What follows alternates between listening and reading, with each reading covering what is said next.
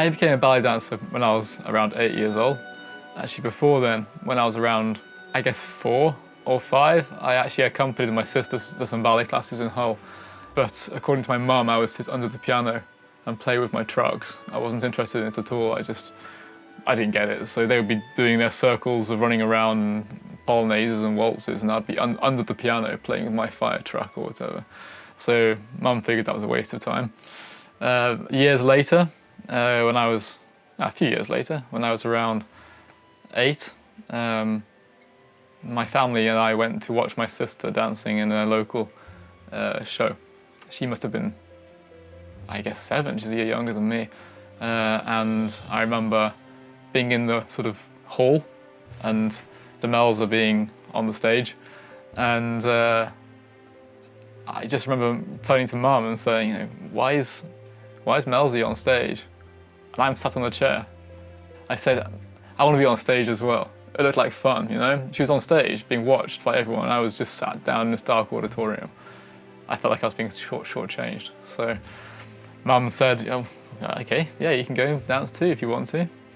So I think the following week I went with her to ballet class in Hull, and that's where it all began.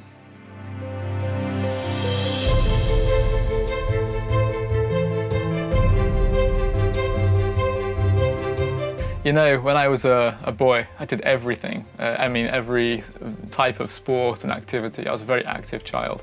And my mum was wonderful at taking me and my sister around to everything, every evening after school. Tennis, swimming, you know, I did cricket, a lot of cricket. I was very big on cricket, football, all that stuff. Even, you know, scouts and chess, whatever, everything. But sports especially took my imagination. I loved playing cricket. It was my first love. Cricket was just like, give me a corky and a bat and I was, you know, happy as Larry. But then ballet also caught my attention, but I don't know, maybe I was naive. I didn't know that boys were supposed to be embarrassed about doing ballet. I didn't know. No one had told me. I hadn't come across that in you know, culture at the time on TV and stuff. Maybe I hadn't seen enough telly. I don't know, but I didn't know I was meant to be embarrassed about it. I mean, I saw in class there were only a handful of boys. There was me and 2 others. One of whom is now a star dancer, my classmate Joseph Cayley. But anyway, yeah, so there were 3 boys, or maybe 4 in fact. The son of the teacher was also there. So there were 4 boys and a lot of girls. And, you know, nothing wrong with that. I didn't think anything of it, to be honest. But even so, because I didn't know I was meant to be ashamed or embarrassed about being a ballet dancer, I never even talked about it. I just didn't, I went to cricket one night, ballet the next, football the next, and scouts the next. It wasn't really anything out of the ordinary for me. So I don't remember in any way actively trying to hide the fact that I was doing ballet class. My school in Hull was around the corner from the school, from the ballet school. So on the I think it was Mondays or Friday evenings, I used to go to ballet class. I would finish class. I guess it was 4 p.m. or something, 5 p.m.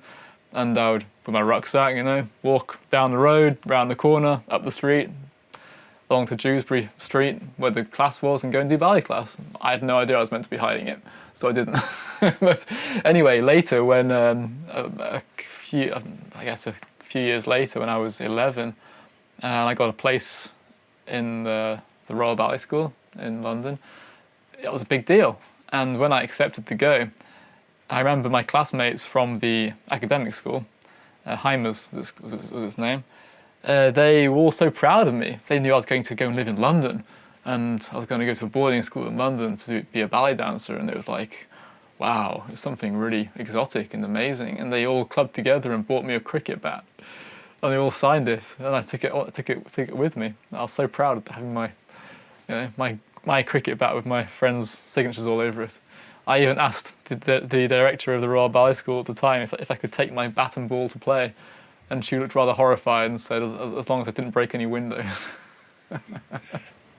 So Demels and my sister actually joined the Royal Ballet School not long after me, maybe a year and a half later or something. So I was already by that time over the homesickness, and because I was young, I was 11 when I went to London. It was a big deal leaving home. I was 11. I wasn't used to being without my family at all, let alone being hundreds of miles away. So yeah, I got used to being there. I really liked the school. I really enjoyed the training, the camaraderie between the boys, learning to dance, and our class was very.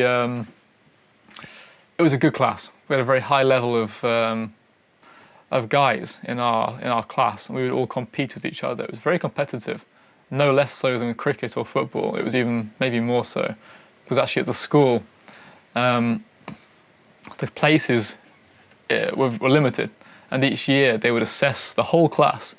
Anyone who scored below 50 in the exam was told to leave the school. So it was quite a competitive atmosphere. We all knew our friends were our competitors. We all had to outdo each other, so we worked really hard.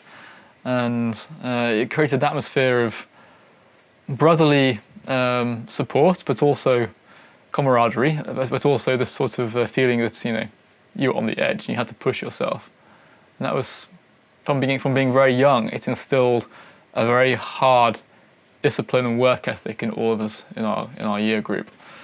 So yes, when Demelza joined me there a year and a half later, I was already established in the school. I must have been, I guess, 13 by the time she arrived, or maybe even 14. Probably 13, I think. And so I was able to take care of my little sister and look after her. I relished that opportunity, because it was another big deal. To have siblings in the school was very unusual. At the time, there were very few. I think we were the first brother and sister actually to join the Royal Ballet School. And then years later, we lived together with some other friends in an apartment in Covent Garden, and we joined the Royal Ballet together. And that was another first for us. We were the first the first brother and sister. There were siblings previously, if I remember correctly. We were the first brother and sister to join the Royal Ballet Company itself. And so, yeah, we began working. I was 19, Demelza was 17 when she joined the Royal Ballet, just turning 18. And so it was just a year and a bit between us. And so, yeah, we joined the Royal Ballet together, and it was just like, it's adventure. We were in London, living in Covent Garden, renting a flat together, not far from the Opera House. We had this sort of adventure going on. It was magical. Once I'd joined the Royal Ballet, and I'd been there for several years, this was, again, a different kettle of fish, a different type of sport completely to what I was used to at school. School was a small pond, and suddenly Royal Ballet was a big lake. And being the newcomer, the newbies, it was hard. You're at the bottom of the big company, a big pile, and it's like being a tiny little plant trying to get light in a massive forest. And it was hard to get any attention and to get any opportunity. And so for 4 years, I was battling to try to get seen, to get noticed. I did competitions, I took part in the choreo workshops, I tried to push myself, because my casting was quite poor. I wasn't given anything to do. I would hold the spears and carry the trays around the stage, wear high heels and lipstick and wigs. I mean, goodness, for a guy from Hull, that's not what you want to do. And it wasn't what I had in mind as a ballet dancer. I wanted to perform, to jump, to go on stage and dance, and actually use the skills I've been honing for the past 7-8 years in the Royal Ballet School in performance. You know, not just to be stood there decorating the stage like an extra, which is fair enough. People do that, it's fine, but that's not what I wanted. I was hungry to dance. And so one day out of the blue, a ballet master from Russia came to the theatre. He was invited as a guest to come and teach the Royal Ballet for a couple of weeks. He was an energetic, young, and altogether different kind of teacher that I've been used to. His name was Yuri. I didn't know where he was from, apart from he was from Russia. He had quite a thick Russian accent, but he spoke very good English, and he was charming. He had a real charisma about him. He wasn't like my usual teachers who often were quite reserved or wouldn't say much. Some of them were better than others, you know, but Yuri was just completely different. He just broke the mold for me. He was different to what I've been used to. He'd come over to me in the class personally and grab my leg in his hand and push it and point my foot and say, yes, and give me some encouragement. I was like, wow, this guy is amazing, you know? It was something different. So I really appreciated his input. He would always come and give me corrections. And being one of the young ones, one of those, you know, young plants, like I was saying, getting that kind of sunlight was unusual. So when Yuri gave me attention, I relished it and took it as much as I could, to the point that on his last day, I went to him personally and said, you know, I really appreciated your corrections this past 2 weeks. Before you leave, can I just show you a few jumps and get a few extra tips from you before you head off?" And he was more than happy to help. And although I thought maybe for 5 minutes he'd give me some help, he actually helped me for about 20, 30 minutes. We were there just one-on-one. Everyone else left the studio. We were just by ourselves in the studio. And we ended up jumping, and he would say, "Try manège of jeté à lancer and then some soda basques." And I would do it, and he would say, "No, no, no, try it like this. Throw your leg to the side here and hit 90 degrees first, then jump, then land. Hold your..." I can still remember it like it was yesterday. Yeah, it was amazing. And I was so keen to help him. I was as red as this TheraBand in the face. I was so sweaty after it, but I really enjoyed it. And I didn't know who he was. I had no idea who this guy was. He was a ballet teacher from Russia. That's all I knew. Anyway, it turned out he wasn't just any ballet teacher. It turned out he was a ballet master from the Mariinsky Theatre in St. Petersburg. And about half a year later, after that encounter, he became the director of the ballet company. And seeing as he'd just worked with me, he remembered me and got back in touch, offered me a job. And that's how I got to go to Russia. The Mariinsky Theatre is this sort of, in the ballet world, this fabled place, the Kirov, as it was known in the Soviet time. It's this fabled place where Petipa went from France to become ballet master and created these masterpieces with Tchaikovsky.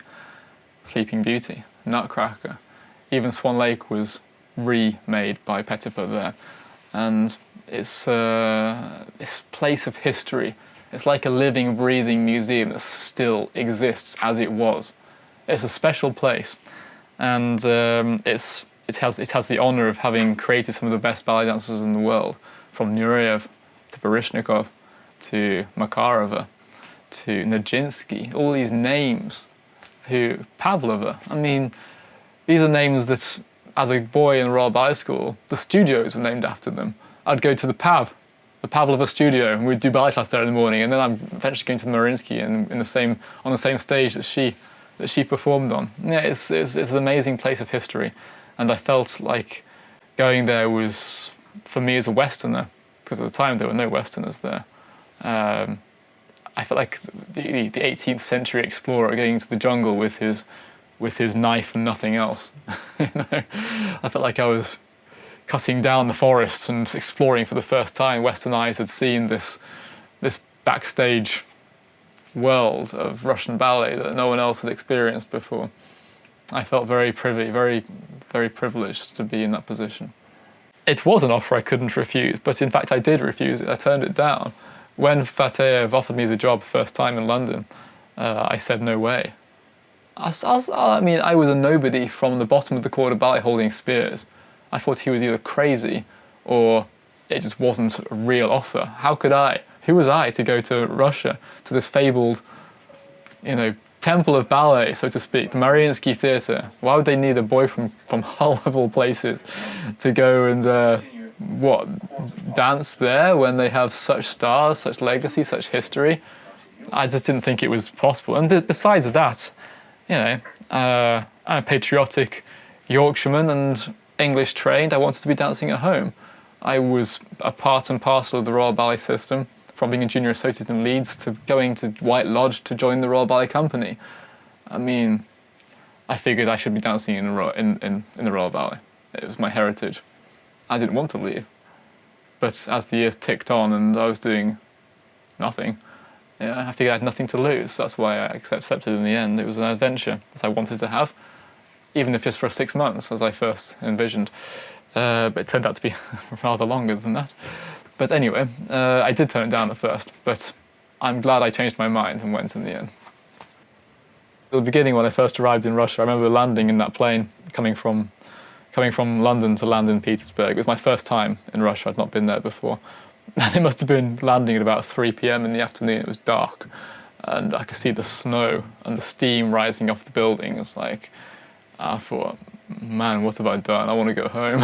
And I wanted to hide under my BA seat and just go back to London again. But we got kicked off the plane into the rather unfriendly hall of the Pulkovo airport and the even less friendly immigration staff. And it was the beginning of a wonderful adventure. I was kind of terrified, to be honest, but it was the making of me, and I relished it. I really, really relished it. I felt like I was doing something exciting, worthwhile. It just felt like I was in a fairy tale of some sort. I mean, at the time, it was, you couldn't really tell if it was a fairy tale with a good ending or a bad ending, you know, who I was in that fairy tale, what kind of character I would turn out to be. But the fairy tale turned out to be have its swings and roundabouts, ups and downs, but it turned out to be quite an exciting one in the end. Language was never my top subject at school, shall I put it mildly. Actually, as a young boy, I was pretty good at languages. We did in Heimers in Hull. We had a system where we had one term of each language to choose what to sort of study full time, and I did one term of German, one term of Spanish, and then I got my place in Royal Ballet School and left. So I missed the term of French. But I turned to White Lodge. Everything was in French. All the language classes were French. That was it. You couldn't do German or Spanish. I was at a complete loss, and language was. From that moment, they just put me in the B set, forgot about me, and language wasn't sort of my pursued line of. It wasn't my thing. So I went to Russia for the first time. I didn't speak any Russian, of course, but I tried to learn some Russian. I had a dictionary. I'd used YouTube to do some free lessons and to try and figure out some phrases. Had them all written down. I forgot them all when I arrived. But yeah, I found it very hard. I couldn't speak anything. I couldn't understand the word they were saying, like nothing. My rise there was actually quite steady. It looks fast on paper, but it was quite a slow rise. Yuri, my boss there, was wise in the way he trained me. He didn't push me up to become a star immediately. In fact, I wasn't promoted for 3 years once I arrived there, even to a junior, to a soloist level. When I arrived there, I was doing some quarter ballet parts, I was doing some principal parts, some soloist parts, I was doing everything. They used those 3 years to build me, train me, and make me strong physically. And 3 years to the day after my first soloist role in the Mariinsky, he gave me my first principal role. And my first solo role was Chopiniana, Les Sulfides, the poet. And then my first big full-length ballet he gave me was Giselle as Count Albrecht. And I had a lot to learn. I was raw when I arrived. I had a lot of potential, and I was green. I was very green. I had very little experience, but a lot of determination. And I just worked and trained and wanted it. And he was always surprised at how hard I could push myself. I think he took me, not because I was talented. In fact, he told me this. It's not the fact that I had potential, I had talent, but I wasn't more talented than anybody else. But he took me because he could see a hunger in me to work. He could see I was hungry. I wanted to learn. I wanted to try. I wasn't just going to hang around and, go for 5 minutes of fame in St. Petersburg and then, thank you, see you later, thanks for the blinis. No, I wanted to actually learn something. I was there for the long haul. I think he and then eventually the company too really respected that. I didn't just go to become the dancer who went from the West to Russia. That wasn't my aim. So yes, I believe that Yuri was very wise in the way he developed me in the theatre. He didn't do it all of a sudden. He didn't just push me out there and say, oh, you arrived, now you're immediately a star. I didn't have the depth of technique or strength or training for that, but he used those formative years, particularly those first 3 years before my first big role, to really build strength in me, to teach me and to help me to grow as an artist, as a dancer, to learn Russian style. Although I found that fairly easy. People always ask me, was it hard to learn the Russian style? I mean, no, not really. It wasn't hard at all. It kind of felt natural. It felt very organic. When you're doing those various roles and you're taught them by the Russians themselves and the repertoire was made there in the first place, it's just like it's how it's meant to be. It feels so natural. I'm blessed that my body took to it very easily and my facility suited what the Mariinsky wanted of me. So that was good. But Yuri used those years to develop me. It wasn't a flash in the pan, a bang, and he always ready, go. Every day was a learning curve, and I never considered that I'd arrived. I never said, oh, that's it, I've done it, I'm there. Even when I got promoted to principal eventually, that was just the beginning, there's still a lot more to do. Training new coaches, learning what they have to say. You're always a student in the Mariinsky, regardless of who you are. The most famous ballerina or ballet dancer, they are always somebody's student. And that's what's a very good system for learning and staying under somebody's guidance. That's one of the great strengths of the Mariinsky and Russian way of working, which develops talent and keeps you improving the whole time. It's a journey. It's a really interesting journey. So yes, I got promoted to principal dancer in 2017, and that was for me a huge moment. And for the sake of irony, and I think his personal good humour, Yuri made that promotion in London, on stage in Covent Garden, just for irony's sake. I think he found it amusing, as did we all, to be honest. But it took the best Russian ballet company, the best ballet company in the world, to take a guy from Yorkshire back to London to promote him to principal. That was kind of hilarious, to be honest. Anyway, so I had that experience in London. That was after the opening night of their tour, Swan Lake, Covent Garden, 2017, which was a huge honour. Then, yeah, as I was saying, that's not make it. That's just the beginning. You keep going, keep learning, keep growing. There's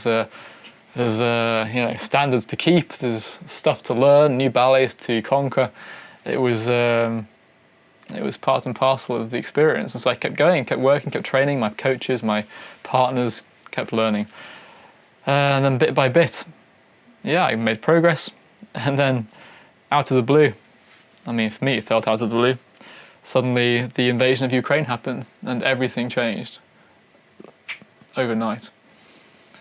So, we all saw the build-up of troops on the border and things like this in the preceding months, but I don't think anybody thought that they'd actually roll over the border. I never saw that coming. I thought it was posturing. I thought it was, Russia trying to get concessions from NATO, from the West, trying to assert their authority, flex their muscle. It's not the first time.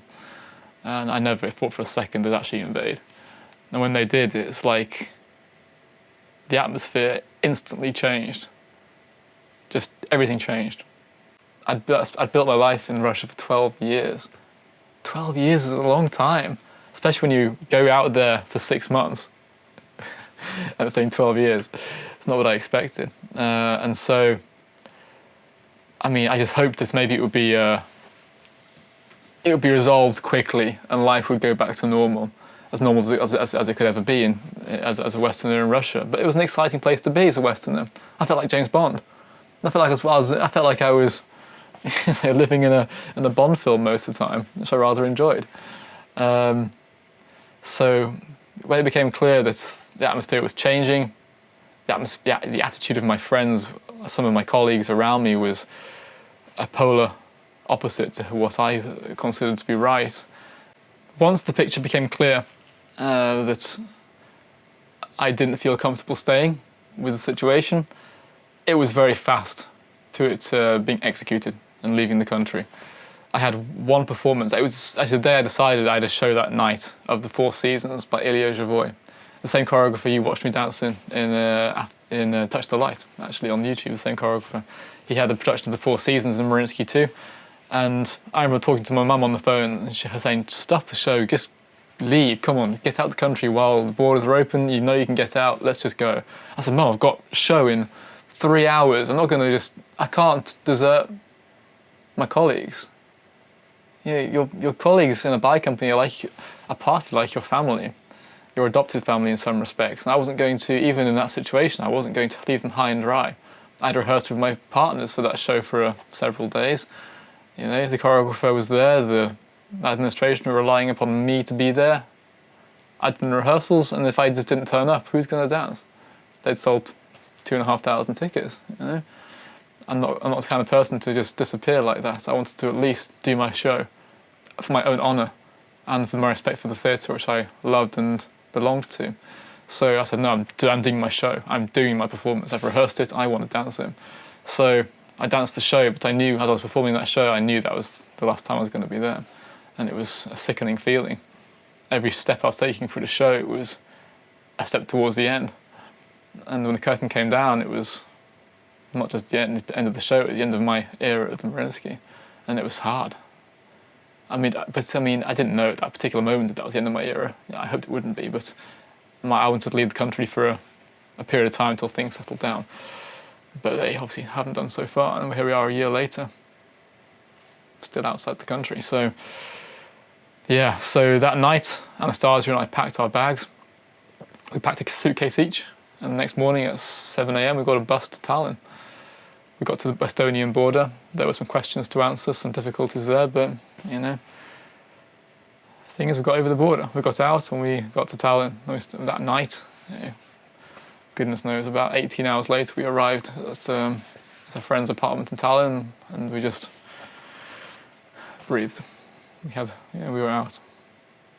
Anastasia and I went to Tallinn with the aim of applying for a UK visa for Anastasia, because she had a Schengen visa for Europe but didn't have a UK visa, even though she's married to a Brit.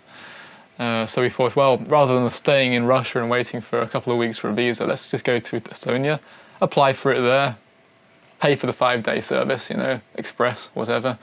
And then, you know, within a week we can go over to my parents in Yorkshire and we can stay there, figure things out, find a school to take class at, whatever, stay in shape, figure things out, watch from afar. And that was my master plan, which did not happen at all, thanks to extraordinary bureaucracy at the Home Office. Visas for Russians were put at the bottom of an extremely big pile of visa applications, with every Ukrainian applying who's fleeing the country from Ukraine being done first.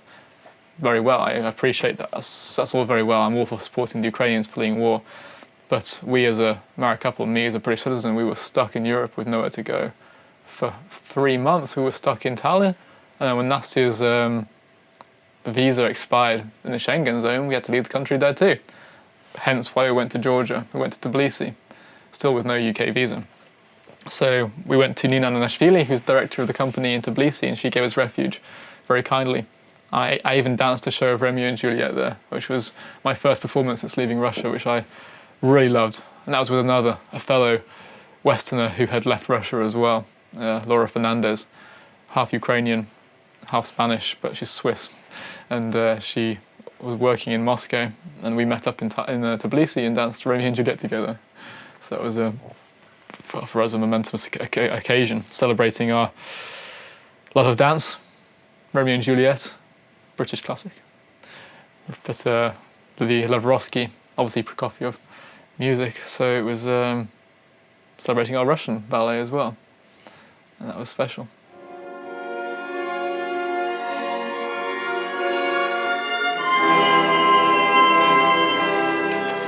When I was still performing and working for that month in Tbilisi, Georgia, I was very fortunate to have a phone call from Ingrid Lorentzen, who's the director of the ballet company here in Norway, in Oslo. And she'd heard about my plight, about our plight, Anastasia and I leaving Russia very quickly without any of our belongings, without our money, credit cards, whatever. And she was very generous to offer us both a job together. So we accepted gratefully, and in the summer, there were a lot of hurdles to jump through again with visa applications and documentation. But anyway, we were very grateful to be offered jobs here, and we came to Oslo, to this futuristic, amazing, beautiful theatre, like something out of a futuristic film. And we immediately loved the city. It's beautiful. It's a lovely city, Oslo, and it has a very calm and peaceful vibe, completely different to what we'd been experiencing the previous 4 or 5 months. So we came here as a place of refuge, really. We were very grateful to be accepted very warmly into the company and to join the cast for Giselle, which was both of our first performances with the company here. So as well as being here in Norway, I was keen to keep my pulse on the international ballet scene, because that's something I've grown accustomed to over the past years living in Russia. As a Brit living abroad, I was often the international dancer.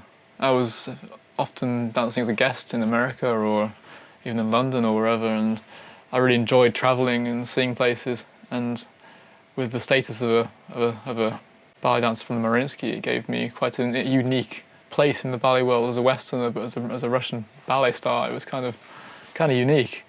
And when I left Mariinsky, I got a call from the Segerstrom Center in California, and This is a fantastic art centre in Costa Mesa, California. Huge, wonderful centre with opera house, concert hall, museum, performance spaces. It's an incredible, incredible place, privately owned. And they were keen to hear if I could collaborate with them.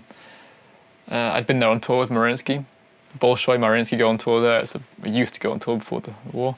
It's a big centre and they need to sell interesting things. And so they asked if I could help. And I suggested collecting all the dancers who'd fled Russia and making a company out of it. And so we did that. And we've gathered around 30 dancers. Some Westerners, some Russians, some Ukrainians, all who've left Russia or Ukraine, all for the same reason. And we've reunited together in dance. And that's what our company is called, Reunited in Dance. And the idea is that we are there to celebrate our shared love of our Russian heritage in ballet, dancing as a team. But it's very much a celebratory group. We're not there to oppose Russia. We've all grown up as dancers in Russia. We all love Russian ballet and the Russian culture. We are against the war. We are for peace. We don't want to be overtly political, but we want to support each other, show support for Ukraine, and eventually show what we love doing to Western audiences, the Russian classics. So we've been trying to rebuild them, and I've been re-choreographing, putting together some segments of Raymonda, for instance, and choreographing and trying my hand at producing, choreographing and staging productions. So we're going to do Raymonda Act 3 in July in California.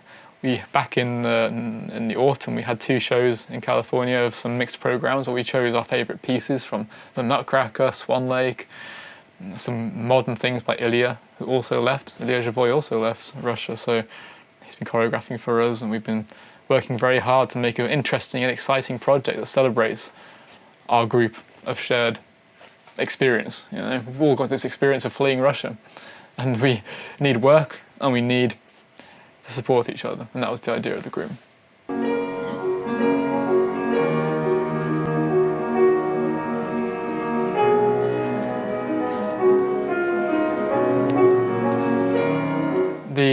The body for a ballet dancer is like these multi-million-pound violins for a famous violinist or something. It's an instrument that can't be replaced. It's a beautiful and special and very unique thing. Every body is completely different.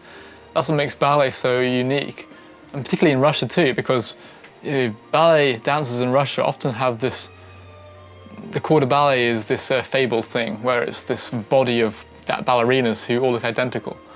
Yet every body is different, but the training is so precise, and the body's chosen to train so selective that it makes this look, and it can't be replaced.